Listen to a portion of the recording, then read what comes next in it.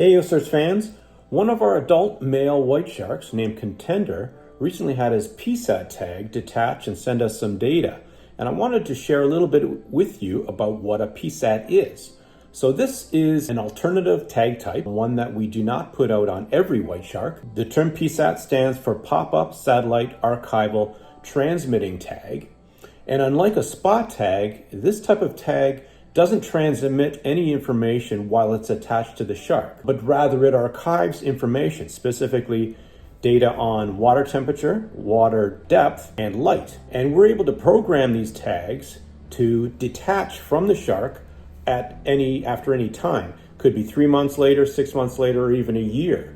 And at that point, the tag has a corrosible linkage, and that will burn and allow the tag to completely separate from the shark.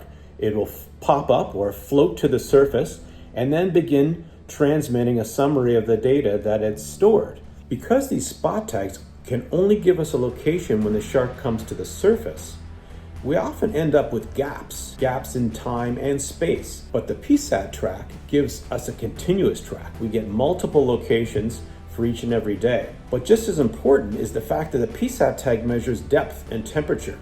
And that gives us a window into what the shark is doing when it's below the surface. And that's really important so we can see how vertical habitat changes from location to location and at different times of the year.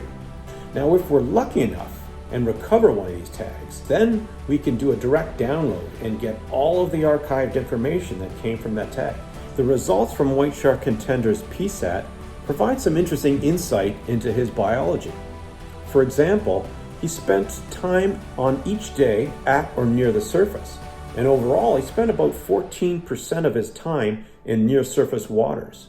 But he also spent a lot of time at depth. Contender dove down to at least 2,355 feet. And overall, he spent about 25% of time in water deeper than 650 feet.